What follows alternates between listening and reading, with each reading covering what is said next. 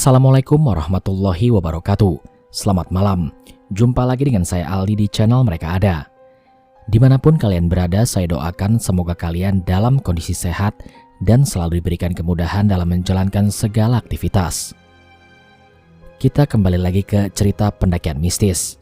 Kali ini saya akan membacakan cerita dari seorang yang sebut saja namanya Tejo kala mendaki ke Gunung Arjuno. Sebelumnya saya ingin mengucapkan terima kasih kepada Mas Fidi Muhammad yang sudah mengizinkan saya untuk membacakan kisah ini di channel Mereka Ada. Namun sebelum mulai bercerita, pastikan teman-teman support channel Mereka Ada dengan cara menekan tombol subscribe dan menyalakan lonceng notifikasinya, agar teman-teman selalu mendapatkan update saat channel ini upload video terbaru.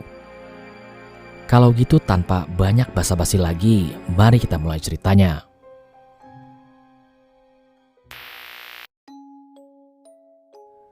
Kisah ini dialami oleh seseorang yang sebut saja namanya Tejo. Tejo berasal dari keluarga yang bisa dibilang cukup sederhana. Kedua orang tuanya adalah seorang petani, sedangkan Tejo sendiri adalah seorang kuli bangunan dan juga ikut membantu kedua orang tuanya di sawah. Suatu hari tepatnya setelah Tejo selesai dengan aktivitasnya sebagai kuli bangunan, dia mendapatkan telepon dari temannya yang bernama Nurul dan mengajak Tejo pergi mendaki ke Gunung Arjuno untuk mengantarkan beberapa orang katanya. Bertepatan karena proyek bangunan yang dikerjakan Tejo ini sudah selesai, dia menerima ajakan si Nurul itu. Hitung-hitung buat refreshing. Dan setelah cukup lama ngobrol melalui telepon, beberapa hari kemudian tibalah hari di mana dia akan pergi mendaki ke Gunung Arjuno. Tejo yang sudah siap dengan perbekalan yang akan dibawanya pergi ke rumah Nurul yang di sana sudah banyak teman-teman lainnya yang menunggu yang juga akan ikut mendaki. Sesampainya di rumah Nurul, dia menyapa semua orang yang ada di situ untuk berkenalan, supaya lebih akrab. Setelah semuanya sudah berkumpul 12 orang, kemudian segera mengendarai motornya masing-masing untuk berangkat ke Gunung Arjuno via jalur Lawang. 12 orang itu diantaranya 9 cowok dan 3 orang cewek. Sesampainya di Pasar Lawang, Nurul dan Tejo yang waktu itu berboncengan mengajak mereka semua untuk melengkapi logistik yang belum lengkap. Setelah 30 menit mereka melengkapi logistik, perjalanan kembali dilanjutkan menuju ke pos pendaftaran atau base camp Gunung Arjuno via Lawang.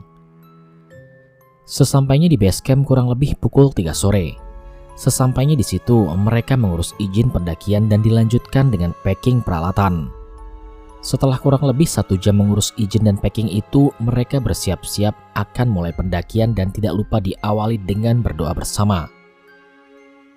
Singkat cerita, perjalanan dimulai pukul 4 sore. Di awal-awal perjalanan mereka sangat have fun karena melihat pemandangan kebun teh yang sangat luas dan juga keren, hingga membuat mereka berhenti sebentar untuk berfoto-foto. Di dalam pendakian itu ada satu orang yang dikagumi oleh Tejo, yaitu bernama Intan, seorang gadis berkerudung putih yang menurut Tejo, Intan itu orangnya beda dengan yang lain, atau bisa dikatakan Tejo ini tertarik dengan yang namanya Intan. Setelah cukup berfoto-foto di kebun teh itu, mereka melanjutkan perjalanan menuju ke pos 2 dan singkat cerita setelah melewati hutan sampailah mereka di pos 2, tepat sebelum masuk waktu maghrib. Di pos 2 itu terdapat sebuah shelter yang bisa digunakan untuk pendaki bermalam atau hanya sekedar istirahat. Di pos 2 mereka break untuk menunggu waktu maghrib sekalian istirahat. Sesekali Tejo memperhatikan Intan yang waktu itu terlihat sudah sangat kelelahan. Awalnya Nurul berniat mengajak mereka semua untuk camp di pos 3. Hitung-hitung agar besok tidak jauh-jauh kalau lanjut jalan lagi. Tapi niat itu batal karena Tejo menyarankan pada Nurul agar camp di pos 2. Di situ mereka mendirikan tenda di dekat shelter pos 2 untuk bermalam. Setelah tenda sudah berdiri, mereka masak-masak untuk mengisi perut yang sejak berangkat tadi belum sempat terisi. Setelah selesai dengan semua itu, mereka langsung masuk ke dalam tenda untuk segera tidur agar besok kembali fit. Singkat cerita, keesokan harinya mereka semua bangun. Setelah itu mereka membuat sarapan. Mengingat pagi itu persediaan air mereka menipis, Nurul dan Tejo pergi mengambil ke sumber air. Di jalur pendakian Arjuno via Lawang ini, sumber mata air hanya ada di pos 2. Itu pun letaknya sedikit jauh menuruni tebing dan sumber air itu tidak bisa digunakan untuk minum karena airnya tidak jernih. Jadi air dari sumber itu hanya bisa digunakan untuk masak. Untuk minum kita harus membawa sendiri dari bawah. Nah, Ketika Nurul dan Tejo sampai di sumber mata air itu, tiba-tiba mereka mencium bau wangi dupa. "Rul, lu nyium bau dupa nggak?" Iya, gue cium, tapi biarin aja lah. Ayo cepetan isi airnya," jawab Nurul pada Tejo. Seketika itu bulu kuduk Tejo berdiri karena dia merasakan ada yang tidak beres di tempat ini. Entah itu apa.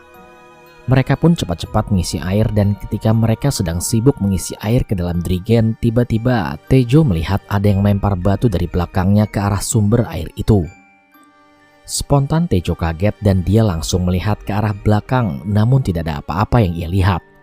Lalu ia bilang kepada Nurul, "Rul, dengar ada yang lempar batu nggak tadi di belakang?" Dengar, tapi biarin aja.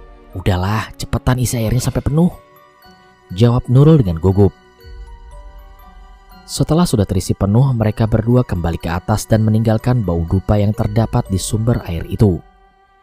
Perjalanan naik kembali ke pos 2, mereka sempat berhenti sebentar untuk mengambil foto karena waktu itu view-nya luar biasa keren.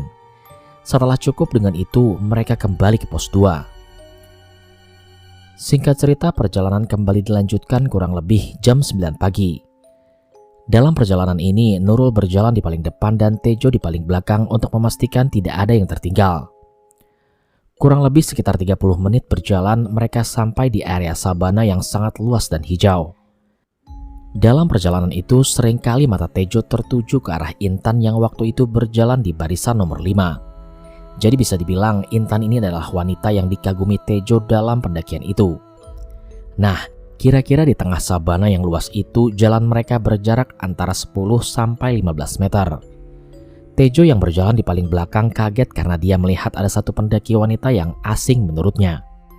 Wanita itu tidak memakai ransel, berbaju hitam, rambutnya panjang sepinggang, dan wanita itu sedang berjalan membuntuti Intan. Pandangan Tejo yang awalnya tertuju pada Intan sekarang tertuju kepada wanita asing itu.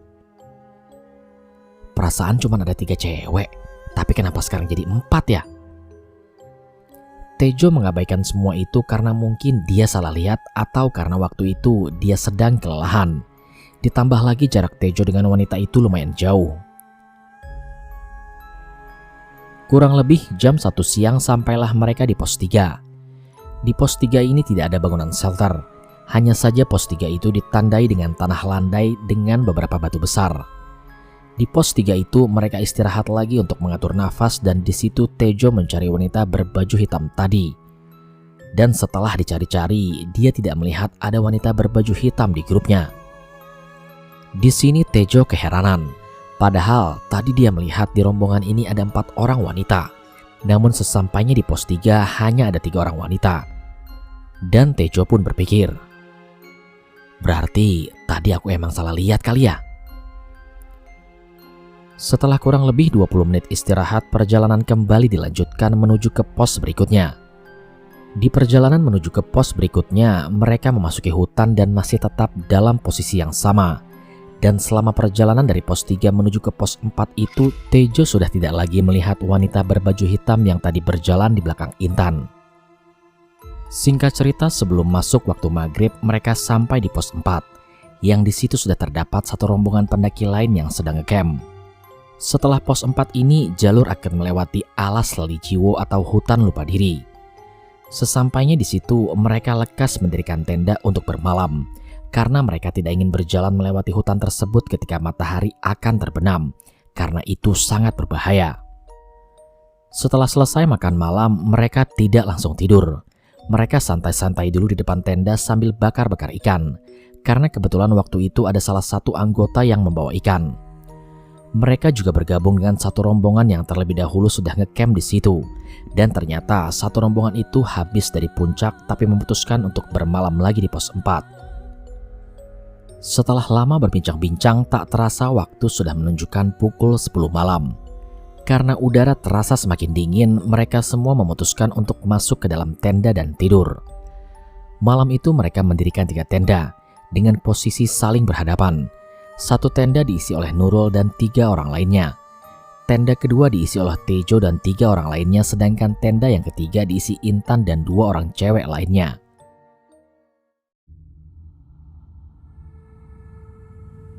Ketika sedang tidur nyenyak, entah jam berapa Tejo pun terbangun karena dia merasa terusik oleh suara yang bersumber dari luar tenda.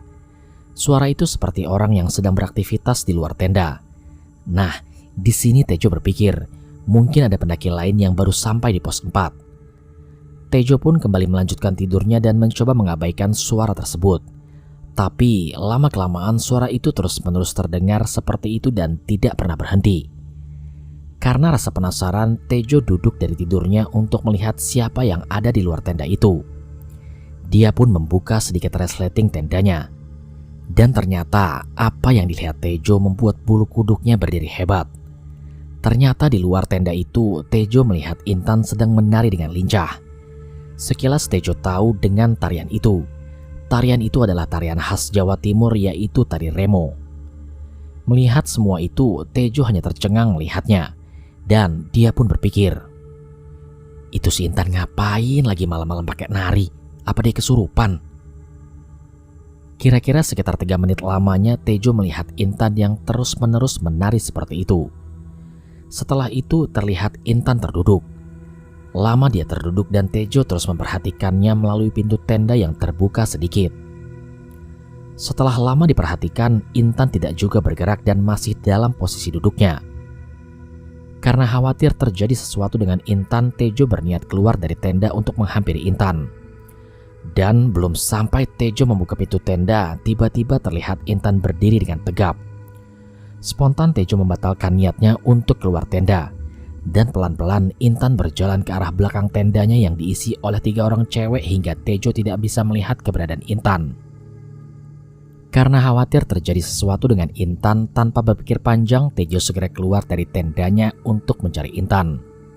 Tapi ketika Tejo sudah berada di luar tenda, dia tidak melihat keberadaan Intan.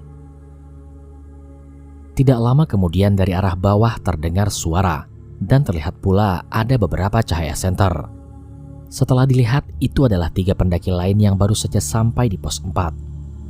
Kemudian Tejo menyapa 3 rombongan pendaki itu. "Baru sampai, Mas?" "Iya, Mas, kita baru sampai," jawab pendaki itu. "Mau ngecamp di sini apa lanjut jalan, Mas?" tanya Tejo. "Kayaknya ngecamp di sini aja, soalnya udah capek banget," jawab salah satu pendaki itu sambil melepas tas kerilnya. 3 rombongan itu kemudian mendirikan tenda di pos 4. Karena masih khawatir dengan kondisi Intan, Tejo membuka tenda ketiga yang diisi oleh 3 orang cewek itu. Dan setelah dibuka, terlihat Intan dan 2 cewek lainnya sedang tertidur pulas. Di sini Tejo pun bingung. "Perasaan tadi aku lihat Intan jalan ke belakang tenda, tapi kok sekarang udah ada di dalam tenda ya?" Sambil mendirikan tenda, rombongan yang baru datang itu bertanya kepada Tejo. "Rombongan dari mana, Mas?" "Kami dari Surabaya, sampean sendiri dari mana?" jawab Tejo. "Oh, kami dari Malang, Mas," jawab balik pendaki itu. Setelah tenda sudah selesai didirikan, 3 pendaki itu menawari Tejo kopi hingga akhirnya mereka berempat berbincang-bincang sebentar. Karena udara semakin dingin dan 3 pendaki itu juga akan istirahat, mereka masuk ke dalam tendanya masing-masing. Sebelum masuk ke dalam tendanya sendiri, Tejo membuka lagi tenda cewek untuk memastikan keberadaan Intan. Dan setelah dilihat, ternyata benar. Intan masih dalam keadaan tertidur, begitupun 2 teman ceweknya. Kemudian Tejo pun masuk ke dalam tendanya untuk melanjutkan tidurnya. Sebelum tidur, dia memikirkan kejadian barusan. "Kok bisa ya? Tiba-tiba Intan sudah ada di dalam tenda. Padahal tadi melihat dengan jelas dia pergi ke belakang tenda dan aku nggak lihat lagi dia masuk tenda," pikir Tejo saat itu. Akhirnya Tejo pun mengabaikan semua itu, yang penting tidak terjadi apa-apa dengan Intan.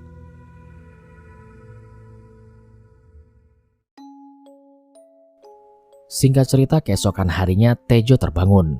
Setelah bangun ternyata makanan sudah siap. Jadi bisa dibilang pagi itu Tejo telat bangun. Setelah bangun, mata Tejo hanya tertuju kepada Intan. Karena dia masih teringat sekaligus khawatir dengan kejadian semalam tadi. Pagi itu Intan nampak baik dan sehat-sehat saja. Setelah semua selesai makan, mereka semua bersiap-siap karena pagi itu mereka akan melanjutkan perjalanan summit ke puncak. Dan ketika sedang siap-siap, Tejo memberanikan diri untuk bertanya kepada Intan. "Intan, gimana keadaannya? Sehat kan?" "Alhamdulillah sehat, Mas," jawab Intan dengan keadaan yang sangat fit. Tepat jam 8 pagi, mereka kembali berkumpul untuk berdoa sebelum memulai perjalanan menuju puncak. Setelah selesai berdoa, perjalanan pun dimulai dengan posisi yang sama. Nurul berada di paling depan sebagai leader dan Tejo berada di paling belakang sebagai sweeper. Ketika akan meninggalkan pos 4, Tejo melihat tenda dari pendaki yang baru datang semalam. Masih dalam keadaan tertutup dan mungkin saja mereka masih tertidur karena kelelahan. Sebenarnya pagi itu Tejo ingin bilang pada Nurul tentang kejadian yang semalam ia lihat, tapi tidak sempat karena waktu itu posisi jalan Tejo dan Nurul yang sangat jauh. Akhirnya Tejo menyimpan itu dulu untuk menunggu waktu yang pas dan bilang kepada Nurul. Kira-kira sekitar 30 menit berjalan sampailah mereka di hutan alas Lali Jiwo. Ini adalah hutan yang fenomenal di Gunung Arjuno yang mitosnya barang siapa yang mempunyai niatan jelek bisa-bisa disesatkan di hutan ini. Sesuai dengan namanya, yaitu hutan alas Lali Jiwo yang berarti hutan lupa diri. Tapi syukurlah ketika melewati hutan ini mereka tidak ada kendala apapun hingga sampai di area Pelawangan. Pelawangan adalah sebuah area yang mempunyai vegetasi terbuka yang letaknya tepat berada di atas hutan alas Lali Jiwo. Waktu itu kondisi Pelawangan cukup berkabut. Sesampainya di Pelawangan, Tejo yang berada di paling belakang seringkali berhenti karena dia sangat kelelahan. Ditambah lagi persediaan air yang dibawa Tejo sudah sangat menipis. Tejo kemudian berteriak memanggil satu orang yang berada di depannya yang jaraknya sekitar 10 meter untuk menanyakan apakah air masih ada. Tapi dia juga sama karena persediaan air juga tinggal sedikit. Melihat itu Tejo tidak tega untuk meminta. Pelan-pelan Tejo pun berjalan menyusuri area ini hingga ia tertinggal cukup jauh dari teman-temannya. Karena merasa haus, Tejo berinisiatif untuk mengumpulkan air bekas embun yang menempel pada dedaunan ke dalam tutup botol. Sedikit demi sedikit air itu dikumpulkan kemudian diminum dan itu dilakukan Tejo sambil berjalan pelan-pelan.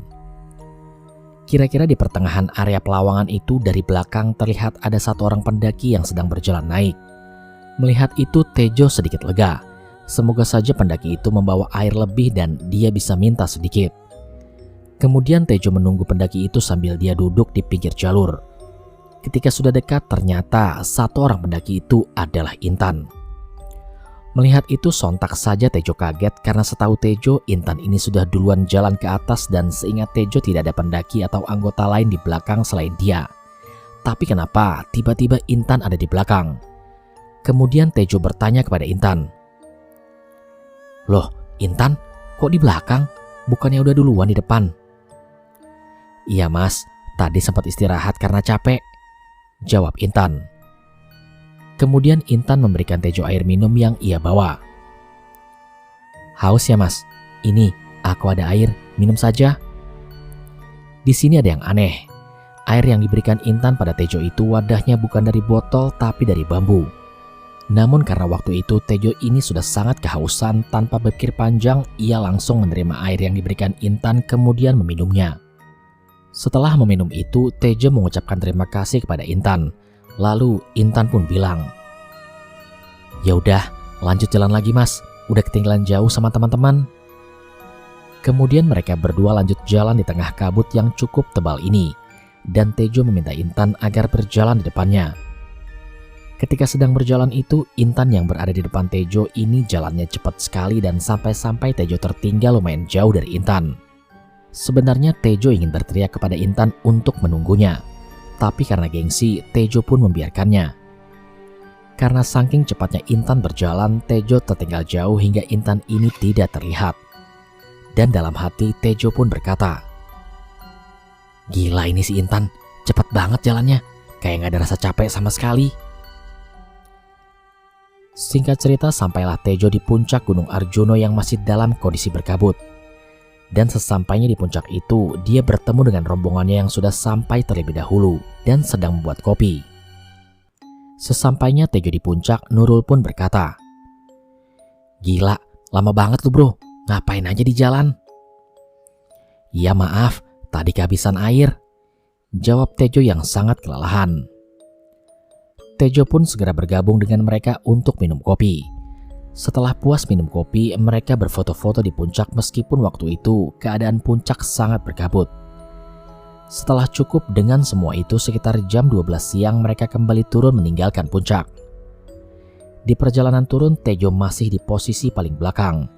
Nah, sesampainya mereka di hutan alas Lalijiwo, Intan yang tadinya berjalan jauh di depan tiba-tiba berhenti untuk menunggu Tejo. Di situ Tejo dan Intan ini berjalan di paling belakang.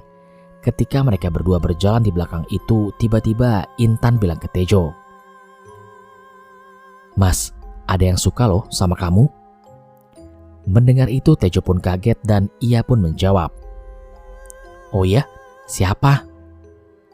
"Tapi dia nggak sama seperti kita." "Hah, maksudnya apa sih?" "Ada makhluk lain yang suka sama Mas Tejo. Dan dia ingin ikut dengan Mas Tejo. Tapi tenang aja Mas, dia baik kok. Sekarang dia ada di sekitar Mas Tejo." Awalnya Tejo menganggap perkataan Intan itu bercanda. Tapi setelah ngobrol panjang, ternyata yang diucapkan Intan itu serius bahwa ada bangsa jin yang menyukai Tejo dan ingin ikut bersama Tejo sebagai pendamping. Menurut Intan, makhluk itu sudah bersama Tejo sejak kemarin naik setelah meninggalkan pos 2. Tejo pun bertanya pada Intan tentang kejadian tadi malam yang ia lihat di luar tenda. Kenapa malam itu Intan menari-nari? Dan menurut Intan, yang menari itu bukanlah Intan, tapi itu adalah makhluk lain yang ingin ikut dengan Tejo dan sengaja menjelma menjadi Intan. Pertanyaannya, kenapa Intan bisa tahu tentang hal itu? Ternyata Intan ini mempunyai kelebihan. Dia bisa melihat makhluk lain yang tak kasat mata dan bisa berkomunikasi batin dengan mereka. Mendengar semua penjelasan dari Intan itu, Tejo pun berpikir, berarti yang tadi pagi kasih aku minum itu bukan Intan ya? Pantas saja wadah minumnya terlihat aneh. Tejo yang tidak ingin berurusan dengan hal-hal seperti itu bertanya kembali kepada Intan, bagaimana caranya agar makhluk itu tidak ikut dengannya. Lalu Intan meminta kepada Tejo agar tetap tenang. Kalau Tejo tidak mau makhluk itu ikut bersama Tejo, Intan bisa membantunya. Mereka berdua sepakat untuk tidak mengatakan hal ini kepada yang lain agar yang lain tidak panik. Sesampainya mereka di pos 2, Intan mengajak Tejo untuk pergi ke sumber mata air dengan alasan ke teman-temannya yang lainnya untuk mengambil air. Mereka berdua kemudian turun ke sumber air itu. Sesampainya di situ, Intan memberi Tejo sebuah batu dan memintanya untuk melemparkan batu itu ke dalam air. Setelah dilempar, tiba-tiba terlihat sosok wanita yang sedang duduk membelakanginya. Sosok itu berambut panjang dan mengenakan pakaian hitam. Melihat itu sontak Tejo kaget. Dia pun bertanya kepada Intan, Tan, itu siapa?" Namun Intan tidak menjawab. Dia hanya berdiri tegap sambil memejamkan matanya. Kemudian Tejo berpikir waktu itu Intan sedang kesurupan. Tapi ternyata diamnya Intan itu karena sedang berkomunikasi batin dengan sosok berpakaian hitam itu. Tak lama kemudian, tiba-tiba sosok wanita itu perlahan memudar, seperti asap hingga akhirnya sosok itu pun menghilang. Mereka pun segera mengisi air ke dalam botol dan setelah itu mereka kembali ke atas ke pos 2. Di perjalanan kembali ke atas itu, Intan bilang kepada Tejo bahwa sosok itu sudah kembali ke alamnya dan tidak akan ikut lagi dengan Tejo. Intan juga bilang dari awal mulanya sosok itu suka dengan Tejo, yaitu di tempat ini di sumber mata air. Mungkin ketika dia mengambil air bersama Nurul kemarin. Mendengar penjelasan Intan bahwa sosok itu sudah tidak ikut lagi, Tejo merasa lega. Sesampainya mereka di pos 2, perjalanan turun kembali dilanjutkan. Hingga sampailah mereka kembali di base camp sekitar jam 4 sore. Sesampainya di base camp, mereka bersih-bersih badan dan setelah sholat maghrib, mereka kembali pulang ke rumah masing-masing dengan selamat.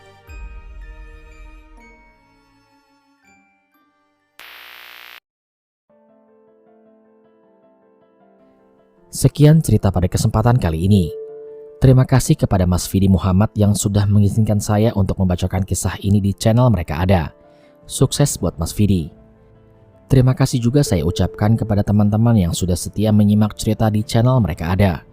Jangan lupa support channel Mereka Ada dengan cara menekan tombol subscribe dan menyalakan lonceng notifikasinya, supaya saya makin semangat membacakan kisah-kisah horor untuk teman-teman semua. Sampai di sini dulu perjumpaan kita kali ini. Sampai bertemu pada episode selanjutnya. Saya Aldi pamit undur diri dari hadapan kalian. Wassalamualaikum warahmatullahi wabarakatuh.